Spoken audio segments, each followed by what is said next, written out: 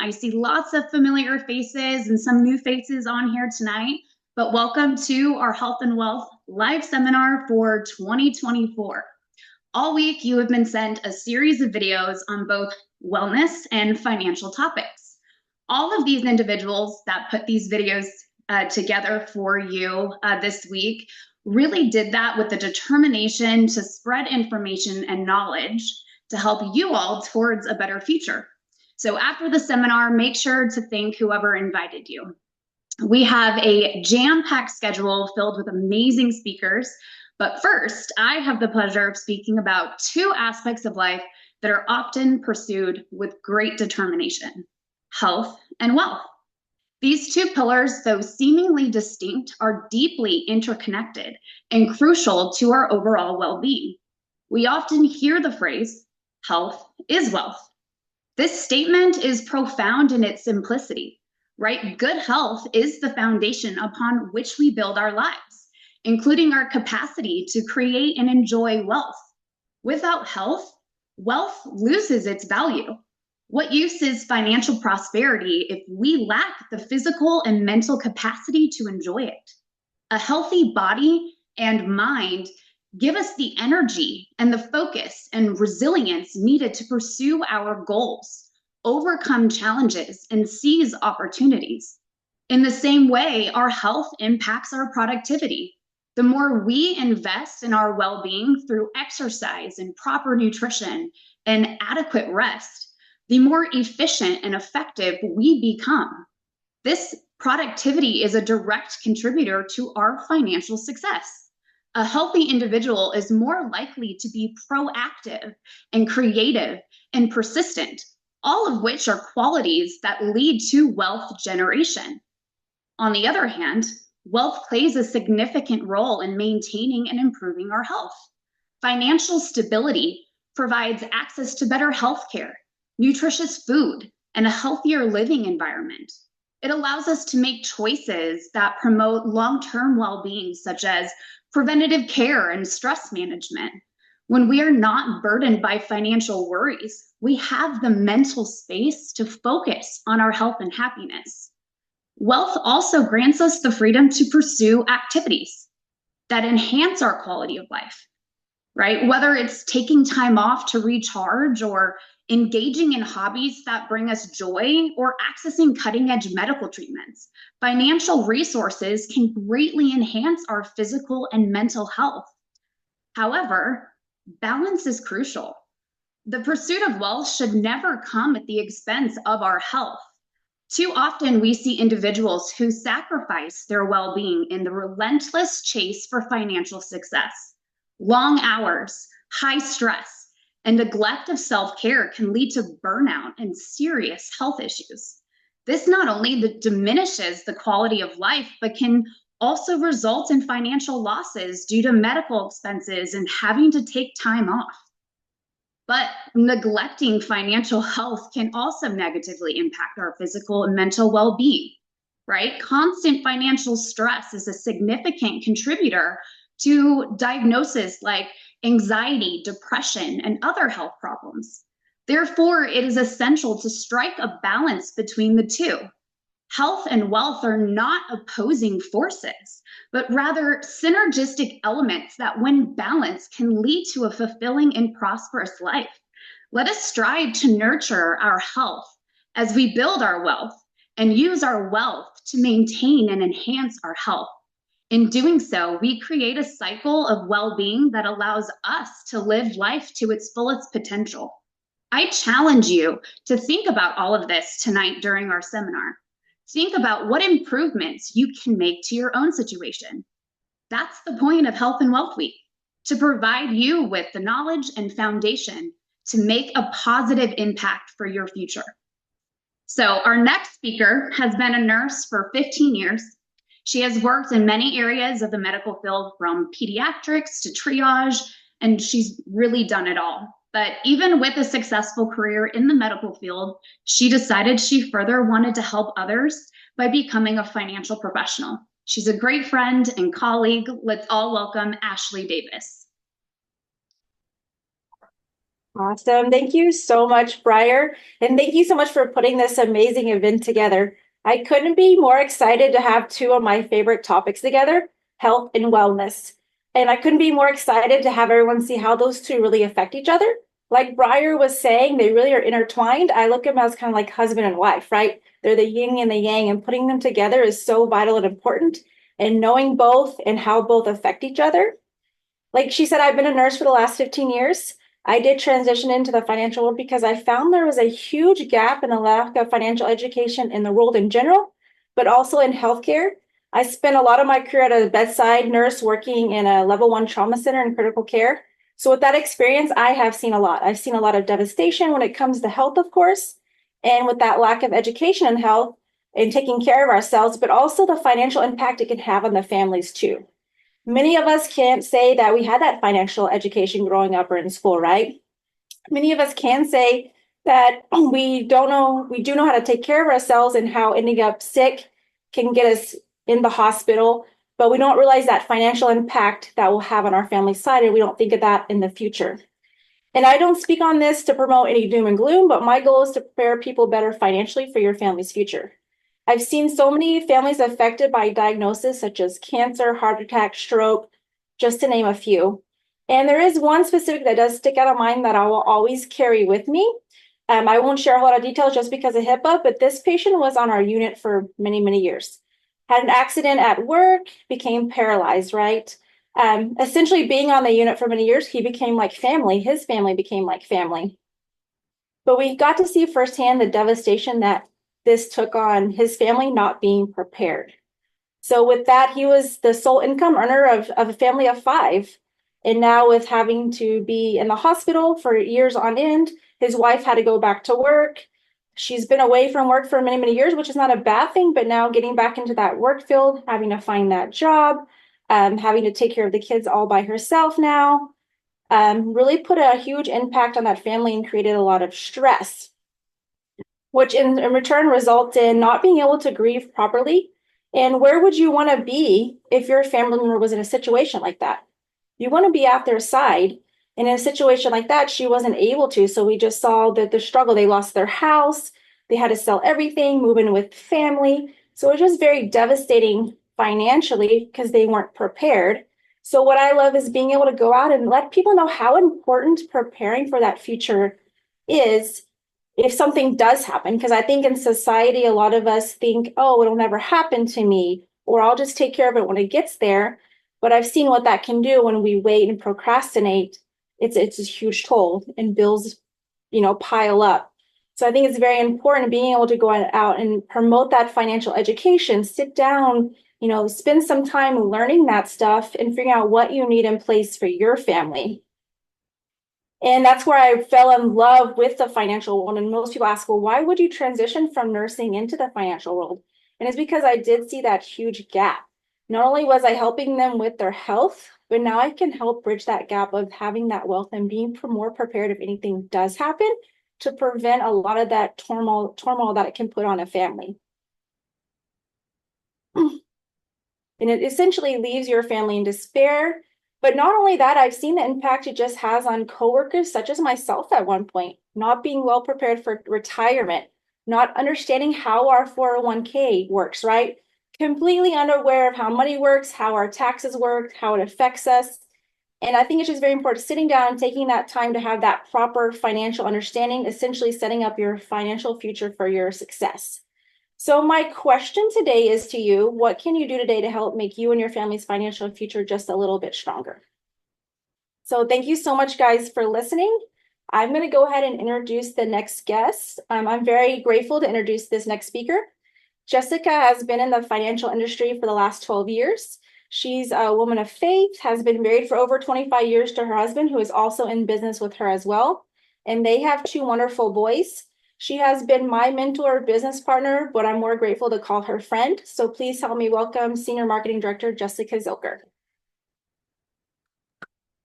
Thank you so much, Ashley. That's such a powerful story that you told. And I wasn't going to speak on this, but just this topic in general got me thinking about work environment.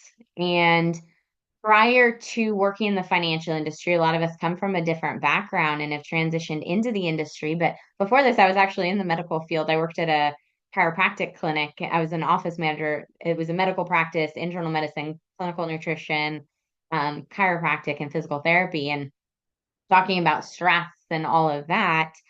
When I started with the company, I actually got interviewed, came on board because my husband and I were clients first.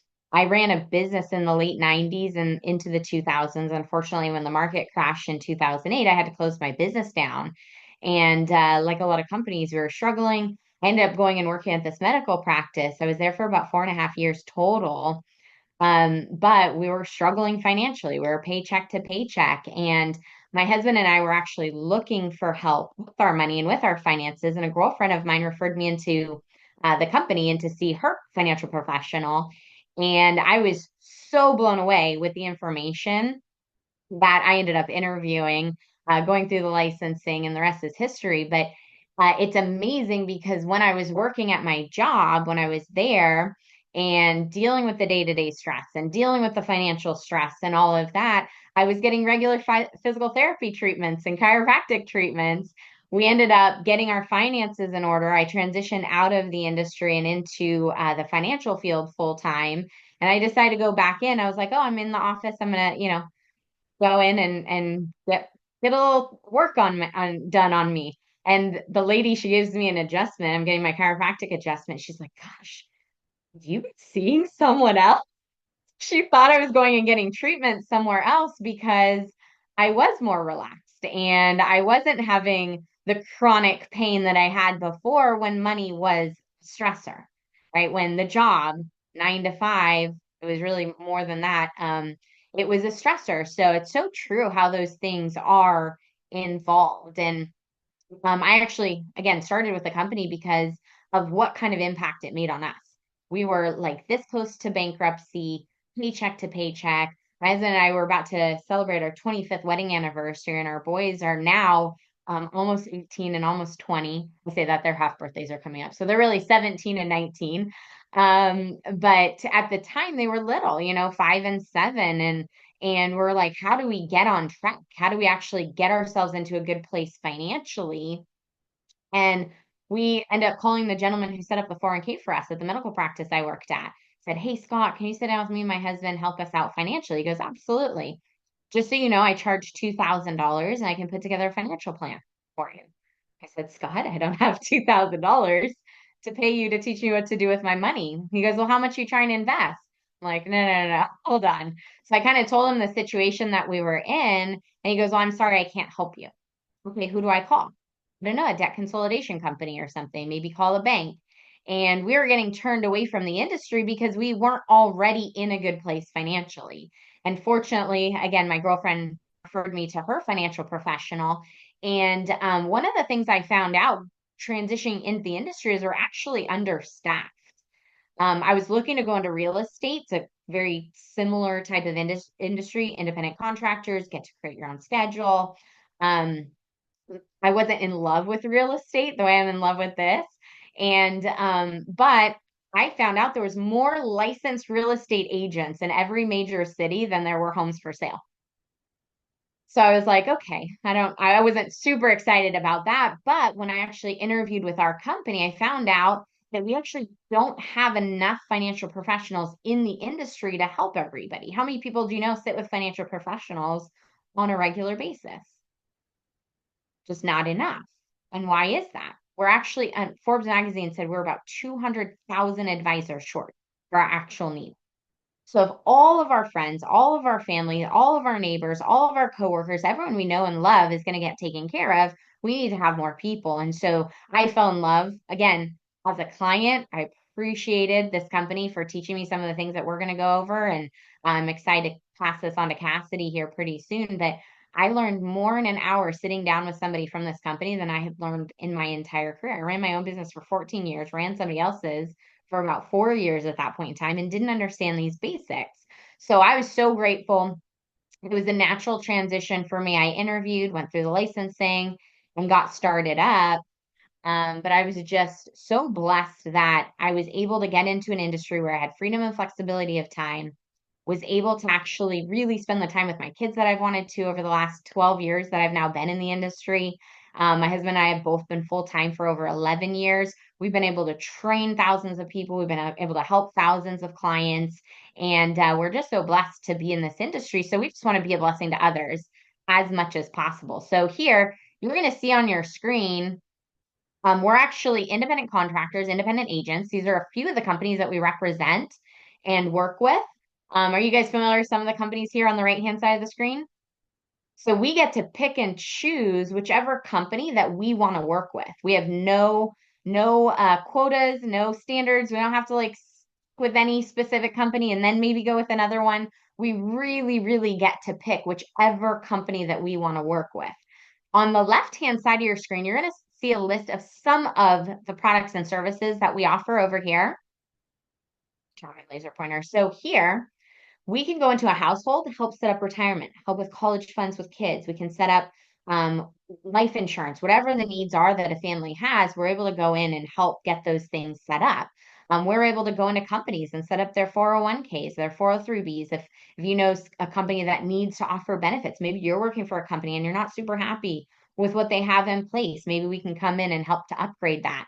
If somebody has old 401ks or old IRAs sitting with an old company, we can actually help move that money over, get it into a place where it's protected and make sure that we're focused on future. So we really do everything that has to do with accumulating wealth, managing it, and distributing it. So any of these services that you might need, you might know somebody who needs it.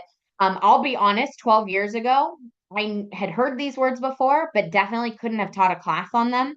I definitely couldn't have written a book about them. They were a topic that, we kind of hear about, but don't necessarily get into details on. So we get a great financial education, but we get to go and help other people to get those things set up. So our crusade as a company is no family left behind. So as a company, we want to make sure that every single person has access to financial education and financial planning. So you're going to see, they say the rich is getting richer and poor getting poorer. There's going to be a larger and larger class distinction, and it really comes down to education and planning. And if we can sit down household to household to household and help people get their things in order, help them to make sure they get their questions answered, then they can actually get into a better place financially. So family A is your middle American family making around 100,000 a year or more, maybe have debt that they're concerned about. They're using 401k, right? Renting homes. They don't have financial advisors, no plans. There isn't really anybody taking care of them. Then we've got family B, who's your top income earners in the US, the top 5%, making $250,000 or more. Maybe that top 5% is actually a little higher than that now. But they're owning businesses. They pay people to teach them what to do with their money. Don't you think family A wants to know what family B is doing with their finances? Absolutely.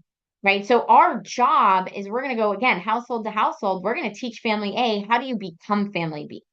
How do you put yourself into a better place financially? How do you actually expand? How do you grow in your financial wealth? So most people don't plan to fail. They just fail to plan. How do you know what the plan is if you don't have help? Right. Briar gets to coach people in their health, right? We get to coach people in their wealth. Getting that one-on-one, what do I do, makes a big difference. So there's 3 basic rules of money. I get to cover the first 2, and I'm going to pass it on for the last one and to wrap it up to Cassidy. But the first rule of money, this is crucial if you're planning for something long-term, is the rule of 72. This is the math problem behind compound interest. How do you know how fast is my money going to grow? This concept can work for us. We get our money invested properly. This can work in our favor or it can work against us. So if you take the number 72, divide it by whatever interest rate you're earning in an account, that's going to tell us about how many years it'll take our money to double. So let's take an example. Let's say we had a 29-year-old take $10,000, go invest it into a 1% account. Well, that 72 divided by 1 means 72 years later, this 29-year-old is going to be 101 years old. Their money's finally going to double. Isn't that exciting? I don't know about you, but I don't have 72 years to wait for my money to double. 1% is just not going to get us there. Now, at a 4%, 72 divided by 4 means now our money's doubling every 18 years. So that same 29-year-old Their money's going to double at 47 and again at 65. What do people think about at 65 years old? We want to retire, right? Are we on track to retire at a 6%? Money's doubling every 12 years. So we get one more double in there. But a 10% return, 72 divided by 10 is 7.2 years. So now our money's going to double every 7.2 years. So you can see, obviously, the interest rate we're getting in an account is going to make a big difference towards our future. Our job is we want to help people. How do you get money saved? How do you get money put into a place where you're earning that 6 to 10%? How do you really get your money working for you? Hopefully even higher than that. So we want to help people invest their money, get their money working for them. Again, I said this could work against us. If I ask you, Masha, who do you know gets consistently 10% every year, every year, every year, all the time? Anybody? Who do we know doing 10% consistently? We kind of all shake our heads going, I don't know anybody. Like, sign me up. Who is it? But think about for a minute, have we ever had borrowed money from a bank? Maybe had a loan, credit card debt. What kind of interest rates do the bank charge us if they put money with us? If we put money into the savings account, they're doing 1% right now, 4%, when inflation's crazy and they're charging us a ton in interest, right? But if they put their money with us, the average credit card that we're coming across right now is about 26 to 32% interest rate. 26 to 32% interest rate. Do the math on that. The money we're owing the banks is doubling every year and a half, 2 years. So this can work against us. If somebody is in debt, maybe college debt's a big topic right now, credit card debt, any sort of loan, we're going to help people. How do you get out of debt? How do you stay out of debt? And then how do you get that money really working for you? How do you get the bank paying you instead of the other way around? So we're going to go through and make sure that that we have the interest working for us, not against us. So the second rule of money, when you go to invest, when you start talking about saving money, you have 3 different growth options you can choose from. We do all 3, so it comes down to the favorite. The first is going to be a fixed interest rate. You can put your money into an account that's earning a fixed interest, same thing every year, all day, all the time, right? Why do you think people like fixed interest? It's predictable, it's reliable. They know what to expect. They know, like, hey, I'm not going to one day open my account and it's at 50% of the balance like we saw in 2008. So fixed interest rate, people love it because of that consistency. What's the downside? If it's not outpacing inflation, if your fixed interest is not earning more than the rate of inflation, you might not lose money, but your money becomes worth less the longer it sits there. So you can lose buying power. So you want to make sure you're in a higher interest fixed account if you're going to use that. Then we've got variable. Some people love it. They track it, they watch it, they buy low, they sell when it's high, they're on top of it, right? They're going to follow it all the time. So variable, a lot of people, like I said, love it. But for a lot of people, it looks like a roller coaster or a heart attack. You're like, oh my gosh.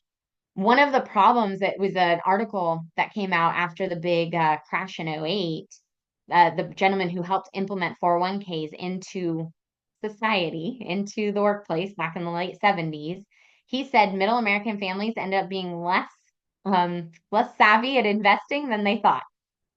When they like put people in charge of their own retirement plans, they're like, oh my gosh, people are not very good at this. You're like, what'd you expect?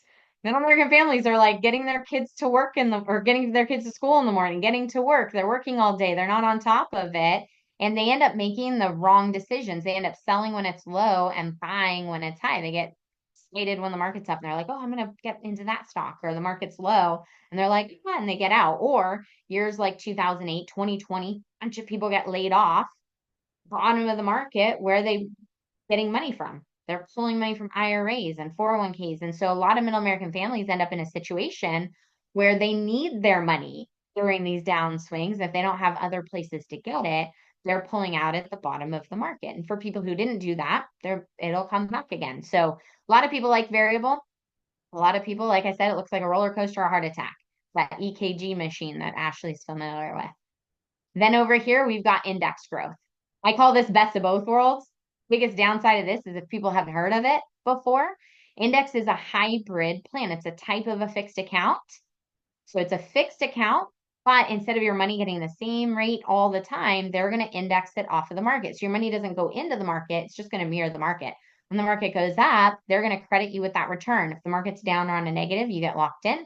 Market comes up, it's going to grow. Market's down, it's locked in. So you're only getting the upswings of the market. Imagine 2008, 2020, 2022, when there was these big downswings of the market. What if you knew that you were good? What if you knew you didn't lose a dime? So a lot of people would like to be an index. They just need to know about it. And again, how many people do you know sit with financial professionals on a regular basis? It's probably the fact that they aren't aware of all the options. And so if somebody doesn't know, they can't do something they can't do or can't plan around something they're not familiar with. So again, we do all three. Comes down to what's your favorite. And with that, I did want to mention down here this QR code for the feedback sheet. I know I'm going to pass it to Cassidy and it'll be up at the end, but make sure you do fill out the feedback sheet. Give us some feedback on our event tonight so we can make the next one even better. But I'm going to pass this on to Cassidy. So I'm super excited to be doing this event with Cassie. She actually comes from a background of doing taxes. She's been doing taxes for quite some time, but she also has a teaching background. So imagine you're taking that education background where you get to help teach other people. You're bringing finances together with the tax knowledge that she has, and she's bringing the tax advice, finance advice to families' homes. So we are so excited to work with Cassidy. And with that being said, I'm going to pass it on to you. Thank you so much. Awesome. Well, thank you so much, Jessica. Hopefully you guys can hear me well. I apologize. I hate having my camera off for the first chunk of the meeting, but I was in a mad rush of traffic, as most of you guys, if you've ever been to Southern California, it's the most unpredictable thing. The only thing predictable about it is that it will be there, right? So thank you guys. I'm so glad got to listen in on the rest of that call. But as Jessica mentioned, my name is Cassidy Eden. I am in the Southern California area. My husband and I have lived all over the United States. He was in the military for over 10 years. Just recently went in active reserve in order to pursue this business more with me. So I'm excited to be here with you guys. Over 20 years of tax experience, and I get the pleasure of talking to you guys about everyone's favorite topic, right? I know everyone is like me on here. It's okay. You can throw one in the chat if your favorite thing to do is talk about how to save in taxes, right? Like, I don't know why I don't see the chat lighting up, but in my group, okay, there it goes. I love talking to my clients about saving in taxes, right? And I'll be honest with you, prior to starting in this business, I was taught in college, the best way to save your clients in taxes is don't worry about it, pay it later, right? Isn't that like kind of what we tell our kids not to do, right? We tell our kids all the time, hey, our goal is to handle the problem now and stay in control of it so that we are in control of our future, right? And unfortunately, my belief is that we've been kind of taught an old plan, right? When taxes were super, super high in the past, a lot of these plans were put in place. You're going to be familiar with a lot of the names of them here in a second. But these plans were put in place as a way to save because taxes were at some of all-time highs, right? I don't know if anybody knows, but put in the chat what you guys think the highest tax rate in US history has ever been. It was pretty astounding when I figured out, and being the tax nerd that I am, yep, over 90%, you guys. Elvis was actually known for saying that he'd only work until he earned about $100,000 of income, and beyond that, he wouldn't work anymore. Because he's like, I'm not working for 10 cents on the dollar, right? Because that's what he started to pay in taxes. And so I am going to share with you guys what I share with my tax clients. And when we look at this, I want you guys to picture this kind of like buckets, right? We want to be looking at our tax strategies for growing wealth, right? Jessica just explained to you the 3 different ways you can grow wealth. But now we want to look at, okay, now I've grown it, right? I've taken this money and I've grown it. How is it going to get taxed, right? Because at the end of the day, it doesn't matter how much we earn. It matters how much we keep, right? And so the first way that we get taxed on our money is the tax bucket that you get taxed on every single year. right? I'm in the tax business. And was just running off a call with the IRS. That's why I was running late getting to where I was going. And they tax you, right? Everybody knows you get those notices in the mail. It says like 1099, important tax document, and everybody just doesn't open it until they send it to their tax attorney or their tax preparer. I know because I get mail in the mail and it hasn't even been opened, and it's just a closed tax document that says important tax document, right? Those are your mutual funds, your CDs, any savings account. As long as you earn over $7, the IRS is like, please send us our portion of that $7 of interest, right? It's ridiculous, but that's the first way that we all get taxed, and we're all way too familiar with that.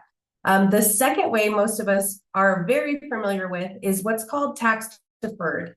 I like to equate this to procrastinating our taxes, right? How many of us have waited till the very last minute and we're like, we're just going to worry about taxes later? Well, this is exactly what we're doing when we're putting money into tax deferred account, right? Basically what that does is it says, hey, I don't want to pay money now, right? It's like, imagine you have a bag of seeds.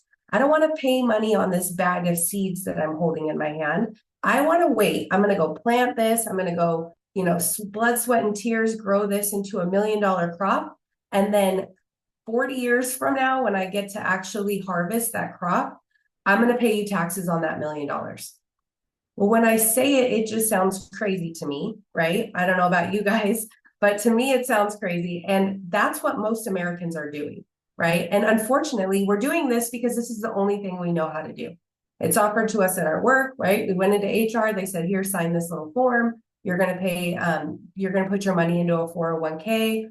Maybe it's a 457, 403b, whatever they call it. It's a deferred tax account, right? And so you're basically saying, hey, I'm going to pay you taxes later. Well, can anybody go ahead and throw in the chat? If you plan on retiring in 20 years from now, what's your tax rate going to be? Just throw it in the chat if you know. We don't know, right? Like that's the whole point, is we're paying a future unknown tax rate. And I'm not saying that this is bad. I'm just saying that we need to be aware of the choices that we're making when we make the educated decisions, right? And so the third type of account that I want to explain to you is what's called tax advantaged, right? Does anybody like when imagine you go to Las Vegas, right? And you go to say gamble at MGM and they say, here you go, Briar, you can have $10,000 to go gamble with. Gamble away, gamble away, gamble away. And then any money that you make, we're not going to charge you taxes on. So, of course, Briar's like, sweet, I'm going to go gamble at, MGM because I don't pay tax on that money. Or I could go to Caesar's Palace and I'm going to pay tax on all of it. No. We don't want to do that, right? So what we want to do is take advantage of the types of accounts where our money is going to grow and it's going to grow completely tax-free. Now, a lot of people say, that sounds too good to be true. Well, it's not. There's limitations and restrictions on all these different types of accounts that you guys see listed here, right? They're highly, highly regulated by the IRS and your state. And that's why so many people don't actually learn the rules in order to be able to take advantage of them. But if you're on this call, you have the ability to sit with a professional that can explain to you how this tax bucket works. And honestly, how it's going to allow you to really control your tax situation in the future, right? So when you do go to decide to retire in 20 years, if the tax rate is out of control high, you don't have to pull all your money from your 401k and pay these high tax rates. Now you have some flexibility. You can say, okay, hey, I want to pull a little bit of money from my Roth IRA or maybe my permanent life insurance plan, maybe some mutual or municipal bonds, like whatever you decide to invest in. You can pull money from those in order to control that tax rate. So this is one of the best ways that I am able to help my tax clients, right, really control their money, not just this year, but in retirement, right? So I've spent a lot of time on that one, but that's because it's something that I'm just super passionate about, making sure everybody understands. The next thing I want to explain to you guys is really the bread and butter of what our company does, right?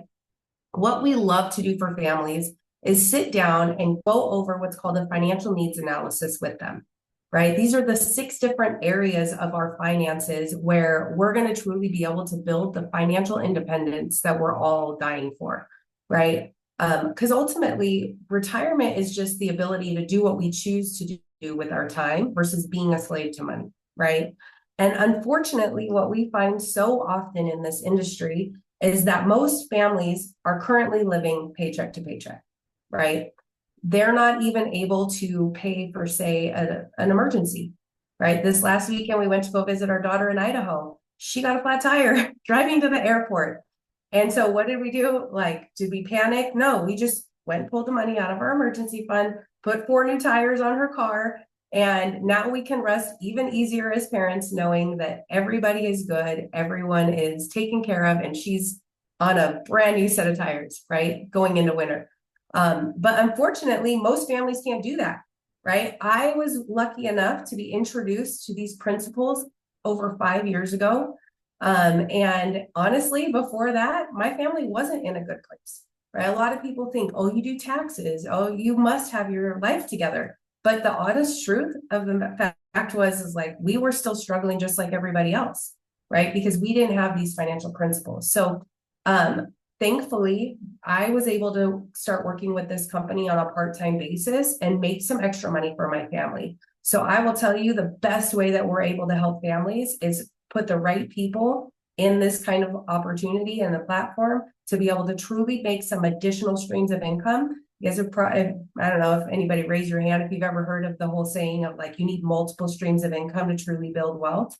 Well, that's the second thing I talk to my clients about, right? You're not going to get rich working a W-2 job, right? You're never going to leave a true legacy. I mean, maybe 1/10%, right? The CEOs of those Fortune 500 companies, maybe they do, but the rest of us working a regular job, you're not going to get rich and wealthy on that, right? So you have to create these additional streams of income. So this may not be for, everybody, but think of who you know that's really struggling, that could really get on board with like wanting to help families, and then send them our way, because we are looking and our company's expanding. Like Jessica mentioned, we are in such a need for financial professionals in the industry. And our company is growing at a rapid rate, but we're looking for the right kind of people. So the next thing that we do is make sure that your family's protected, right? I talked about the financial protection of having an emergency fund, which is the third one listed on here, but really just financial protection from unexpected loss or injury, right? My mom is passed away. It's been 13 years this year. And my mom was a super healthy woman. She was the primary breadwinner in our family. And unfortunately, about 6 months before I got married, she started to get really sick. Like, she wasn't feeling good all the time, and they couldn't figure out what was wrong with her, right? And so unfortunately, they determined that she had bone marrow cancer. And so they gave her a 6-month diagnosis. And unfortunately, the only thing that my mom had was a group life insurance policy, right? And so nobody had ever gone and shared with my mom the amazing types of life insurance that's out there that actually gives you access to the money while you're alive, right? To be able to pay her medical bills, and so that her and my stepdad wouldn't have had to take out a second on their house.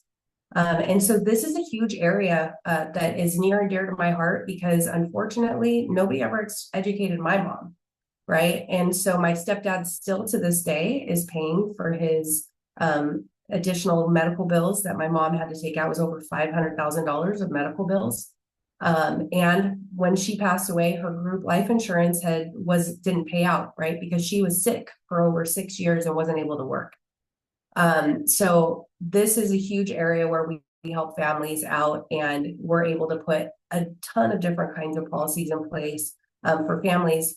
And so we work with over 150 different companies. We do amazing things. I already kind of brushed on emergency funds, making sure people have that money put away. We don't want them to lose out on keeping up with inflation. So we have some great options for them that will at least keep them up with inflation and make sure that money's protected. Building wealth. I don't know if you're like me, you would love to make sure that the money that you're working so hard for is there for future generations, right? That we outpace inflation. And so we're able to put our clients in the different types of accounts like Jessica was talking about, where we're not having to worry about the risk of the market. The next one is debt management. We don't want you turning your credit cards in an emergency, but if you've had to do that in the past, we have an incredible opportunity working with the #1 debt settlement company in the whole United States. And they're able to help our clients out by reducing that debt down and getting them to pay it off generally in 2 to 3 years. In most cases, I've put debt snowball methods in place for my clients. And in one case, they were not going to get it paid off for 15 to 20 years at the rate that they're going. And then when I put them with this company, Debt America, they are able to get them paid off within the next 2 to 3 years. And it fixes their credit, which is getting damaged. And it's just an amazing program for the right type of people. And then the last thing is preservation of wealth, right? So I seem to have stories in all these areas, but my grandmother passed away just before COVID, 2019. And, she had told me for years, don't worry about it. I've got everything. Everyone's names are on our account. So we're good. Like, we don't need a trust. And I kept telling her, no, Grandma, you need a trust. Like, the trust is what's going to help prevent. If anybody's ever heard of the nasty word probate, it's going to help prevent you from going into probate. Grandma, you need to get this done. And so thankfully, she trusted me and she listened to me, and she went and talked to an attorney that I referred her to. And we were able to get all of her assets into a trust, and then, 4 years, 5 years later, she passed away. And all of her assets smoothly transferred to my dad and his 2 siblings. So I've watched the whole process, right? And I will tell you that we work with an amazing company. They give you a free 30-minute consultation. And it's just a great opportunity for you to sit down and see what is actually needed for your family. Not only that, if you have kids who are over 18 years old, you bet your butt you need to get them a medical power of attorney and financial directives. God forbid something happens to them.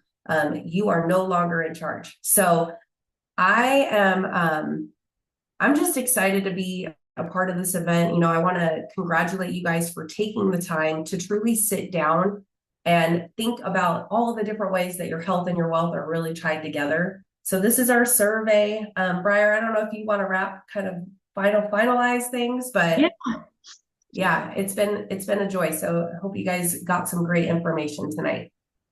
Awesome. Thank you, Cassie. That was absolutely amazing. I've, obviously very well versed with this presentation, but just hearing you actually go through the tax portion and all of your experience with taxes, being a tax preparer, it seemed like it was, brand new information that I was hearing for the very first time. But I want to thank everybody for being on tonight. This was an amazing event. For those of you who did log on late and missed the first part of it, this was recorded and everyone will be emailed the recording sometime this weekend or the latest by Monday. So if you did miss the entire seminar, you will all have it for safekeeping in your email sometime before Monday. This is our feedback form. Please go ahead, scan the QR code and fill it out. Let us know what you thought. If you are a company owner, or if you work if you're an office manager, or if you work for a company and think that this seminar would be a great fit, there's going to be a question for that on the feedback sheet. Go ahead and let us know.